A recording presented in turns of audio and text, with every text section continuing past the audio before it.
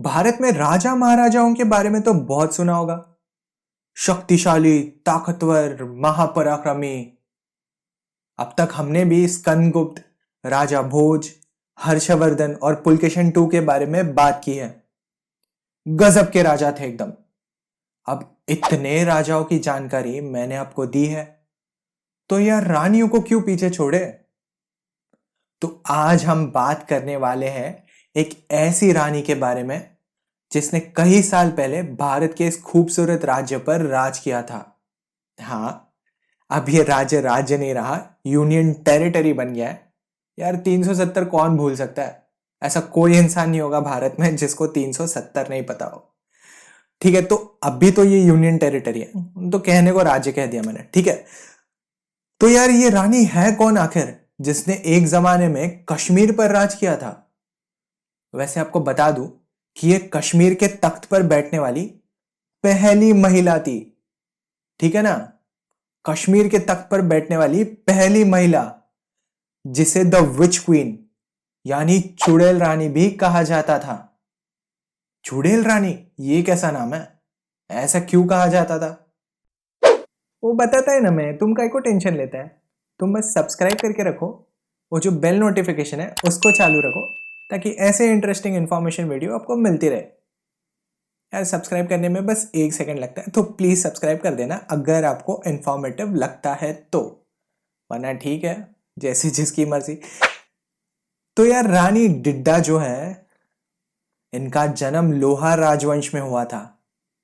और राजवंश घराना, अरे वाह, तो फिर बहुत आराम से एकदम बढ़िया तरीके से इनका बचपन गुजरा होगा, ऐसा ही सोच रहे होगे ना। लेकिन नहीं, राजा तरंगिनी यानी रिवर ऑफ किंग्स के ऑथर कल्हाना लिखते हैं कि रानी डिड्डा को चलने की समस्या थी, एकदम ऐसे लंगड़ा कर चलती थी। बचपन में उनको उठाकर यहां से वहां ले जाना पड़ता था। कहिए कि अपंग थी वो, मतलब हैंडीकैप थी। डिड्डा के माँ बाप उन पर बिल्कुल ध्यान नहीं देते थे। वजह ये हो सकती है कि शायद उस टाइम पे लड़कियों को इतना इम्पोर्टेंस नहीं दिया जाता था, और डिड्डा तो लड़की थी और साथ में चलने की तकलीफ। कहने की बिल्कुल भी जरूरत नहीं है, आप लोग ही समझ जाइए कितना ध्यान दिया होगा इनके माँ बाप ने इनके परवरिश में। रानी डिड्डा ने बचपन में ही मुश्किलों को अपने ऊपर हावी होने नहीं दिया। वो समझ गई थी कि उसे अकेले ही खुद को संभालना है, और अगर सम्मान के साथ जीना है, जिंदा रहना है, तो उसे खुद के लिए खड़ा होना पड़ेगा। लंगड़ी होने के बावजूद उन्होंने तलवार, भाला, तीर, इन सबको चलाना सीखा। कमाल का डेडिकेशन था। उनको अभ्यास करता थे। उनके माँ बाप भी अंदर ही अंदर समझ गए थे कि ये लड़की आगे जाकर बड़ा धमाका करने वाली है। तो सुनिए अब इस धमाके की शुरुआत कहां से होती है। 950 कॉमन एरा का दौर चल रहा था। रानी डिड्डा बड़ी हो चुकी थी। 26 साल की उम्र में इनकी शादी हो गई शेमा गुप्ता नाम के एक राजा से। ठीक है ना, तो शेमा गुप्ता कौन है? तो शेमा गुप्ता पारवा गुप्ता का बेटा था। लिखा गया है कि पारवा गुप्ता एक एम्बिशियस राजा था जो उस जमाने में कश्मीर पर राज किया करता था। अब इन राजाओं का इतना इंफॉर्मेशन अवेलेबल नहीं है, मैं यकीन के साथ तो नहीं कह सकता, लेकिन हो सकता है कि ये गुप्ता डायनासिटी जो थी, इनके ये वंशज है। ठीक है, Gupta dynasty, the golden era of Indian history, याद आ रहा है कुछ? हाँ, तो वही गुप्ता डायनासिटी। तो अब इन राजाओं की थोड़ी कुछ जानकारी मिलती है। कहाँ से मिलती है? कल्हाना की किताब है राजा तरंगिनी से। तो भाई धन्यवाद इनका सिलेबस बढ़ाने के लिए। तो ये बहुत इंपॉर्टेंट है कि कल्हाना जो है एक बहुत बड़े ऑथर है जिसने कश्मीर की हिस्ट्री लिखी है, और ये राजा तरंगिनी वो किताब है जिसमें ये सारा कुछ लिखा गया है। ठीक है, तो कल्हाना लिखता है कि ये जो शेमा गुप्ता था वो बड़ा कमजोर राजा था। पूरा टाइम बस मदिरा पान, शिकार, जुआ, सट्टाबाजी, ये सब में ही लगा रहता था। प्रजा किस हालत में है, राज्य में कहा क्या चल रहा है, इसको इससे कोई लेना देना नहीं था। ये तो बस अपनी ही जिंदगी में लगा हुआ था, मौज कर रहा था, एकदम बढ़िया तरीके से रह रहा था। अब राजा की इस हरकत की वजह से, इस व्यवहार की वजह से पूरा राज्य परेशान था।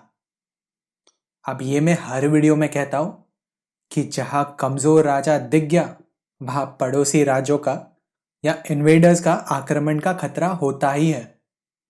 अब कोई तो डिजर्विंग चाहिए ना, जो राजगद्दी संभाल सके, राजपाट चला सके। एक्सटर्नल के साथ इंटरनल थ्रेट्स भी होते थे। जैसे हमने बहुत केसेस में देखा है कि राजा अगर कमजोर है तो उसका भाई या उसका चाचा या उसका मंत्री उसको मार के सिंहासन पे बैठ जाता है। अब सिंहासन ऐसी चीज थी जिसकी भूख हर किसी को लगी रहती थी। लोग तो बस इंतजार में रहते थे कि यार कब इसका पत्ता गुल हो जाए और मैं जाके वहां पे बैठ जाऊं।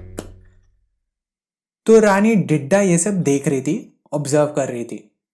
अब उन्होंने धीरे धीरे राज कारोबार में दखल देना शुरू कर दिया। अब क्षेमगुप्ता के जो ये कुछ मंत्री थे उनको ये बात पसंद नहीं आई कि यार क्या ये औरत क्यों बीच में आ रही है, ऐसे थोड़ी होता है।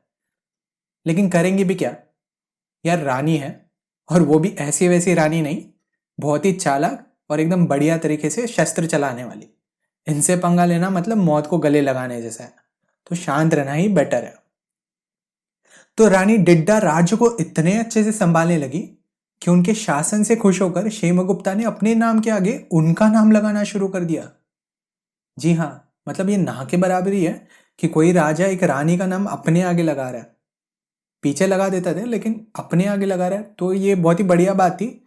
और ये हमें पता कहाँ से चलता है, तो हमें पता चलता है उस जमाने में मिले कॉइन से। तो उस जमाने में जो कॉइन्स बनाए जाते थे उस पे इन दोनों का नाम लिखा जाता था। अब एक दिन क्षेमगुप्ता शिकार करके लौट आए और बहुत बीमार पड़ गए। बुखार उतरने का नाम ही नहीं ले रहा था। उनके इलाज के लिए बड़े से बड़े वैद्य को बुलाया गया, लेकिन कोई फर्क नहीं पड़ा और कुछ दिन बाद उनकी मृत्यु हो गई। अब यह समय ऐसा था कि वुमेन की पोजीशन सोसाइटी में कुछ ठीक नहीं थी। 658 कॉमन एरा में क्षेमगुप्ता की मृत्यु हुई और डिड्डा को सती होने कहा गया। कुछ मंत्री तो एकदम चालू थे। उनको पता था कि अगर ये औरत जिंदा रही तो हमारा जीना मुश्किल कर देगी। तो वो पूरा जोर लगा रहे थे कि ये डिड्डा जो है उनका सती हो जाए। लेकिन डिड्डा ने सती होने से मना कर दिया। उसने कहा कि मेरा बेटा अभिमन्यु अभी छोटा है और वो अकेले राज सिंहासन को संभाल नहीं पाएगा, और क्योंकि मुझे इन सब चीजों का अनुभव है, जानकारी है, तो मैं राजमाता बनकर राजपाट चलाने में उसकी मदद करूंगी।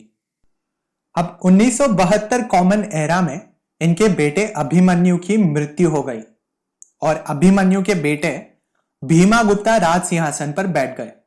कलाना अपनी किताब राजतरंगिणी में लिखते हैं कि समय के साथ रानी डिड्डा ने चंड रूप धारण कर लिया था। वो बहुत ही क्रूरता से उसके विरुद्ध खड़े होने वाले लोगों को मार देती थी। टॉलरेंस लेवल बिल्कुल घट गया था, बिल्कुल ना के बराबर था। वैसे आज भी ऐसे कुछ कंट्रीज है जहां पे गवर्नमेंट के खिलाफ कुछ बोल दो तो वो अगले दिन गायब कर देते हैं। तो रानी डिड्डा ने अपने पावरफुल चीफ मिनिस्टर को भी मरवा दिया। वजह क्या थी? वजह यह थी कि मंत्री जी से देखा नहीं जा रहा था कि एक महिला राज्य पर शासन कर रही है, ऑर्डर्स दे रही है। मंत्री जी निकले अपने पावर्स का गलत इस्तेमाल करने, अपने पद का गलत इस्तेमाल करने, और ये सब चक्कर में वो अपनी जान गंवा बैठे। कलाना ये भी लिखते हैं कि रानी डिड्डा ने अपने ग्रैंडसन्स, मतलब इनके जो पोते थे, नंदी गुप्ता, त्रिभुवना और भीमा गुप्ता को भी मार दिया, क्योंकि अब इनको डायरेक्ट थ्रोन पर बैठना था, डायरेक्ट सिंहासन पर बैठकर राज करना था। रानी डिड्डा का ये चंड रूप देखकर कश्मीर के लोग रानी डिड्डा को चुड़ैल रानी कहने लगे। अपने शासन के दौरान इन्होंने एक चरवाहिए को चीफ मिनिस्टर की पोजीशन पर रखा। कहते हैं कि रानी डिड्डा और तुंगा नाम के इस चरवाहिए का काफी सालों से अफेयर चल रहा था। अब रानी डिड्डा के बारे में लिखी गई ये बातें कितनी सच है और कितनी झूठ है ये तो कह नहीं सकते, क्योंकि कलाना ने खुद राजतरंगिणी ये किताब रानी डिड्डा के मरने के 145 साल बाद लिखी है। कई इतिहासकारों का मानना है कि जमाना पेट्रियार्की का था, मर्दों का डोमिनेंस यानी प्रभाव हुआ करता था, तो फीमेल रूलर्स को डिफेम करने, उनको बदनाम करने, ऐसी सारी चीजें लिखी गई थी। तो यार जो भी है, इस बात को तो हम नजरअंदाज नहीं कर सकते कि जिस रानी को बचपन में लंगड़ी कहकर मजाक उड़ाया जाता था, वो आगे जाकर कश्मीर की पहली और आखिरी महिला शासक बनी। तो यार बस आज के लिए इतना ही। Thank you for listening. जय हिंद। अरे हाँ, एक बात और थी कि काफी लोग कहते हैं कि डिड्डा ने महमूद गजनी को युद्ध में 2 बार हराया था। महमूद गजनी पता है ना आपको, जिसने सोमनाथ को इन्वेड किया था। लेकिन इस चीज का कोई ऑथेंटिक सोर्स नहीं है। डिड्डा के मरने के कई सालों बाद गजनी ने इंडिया को इन्वेड किया था, तो युद्ध होने का तो सवाल ही पैदा नहीं होता।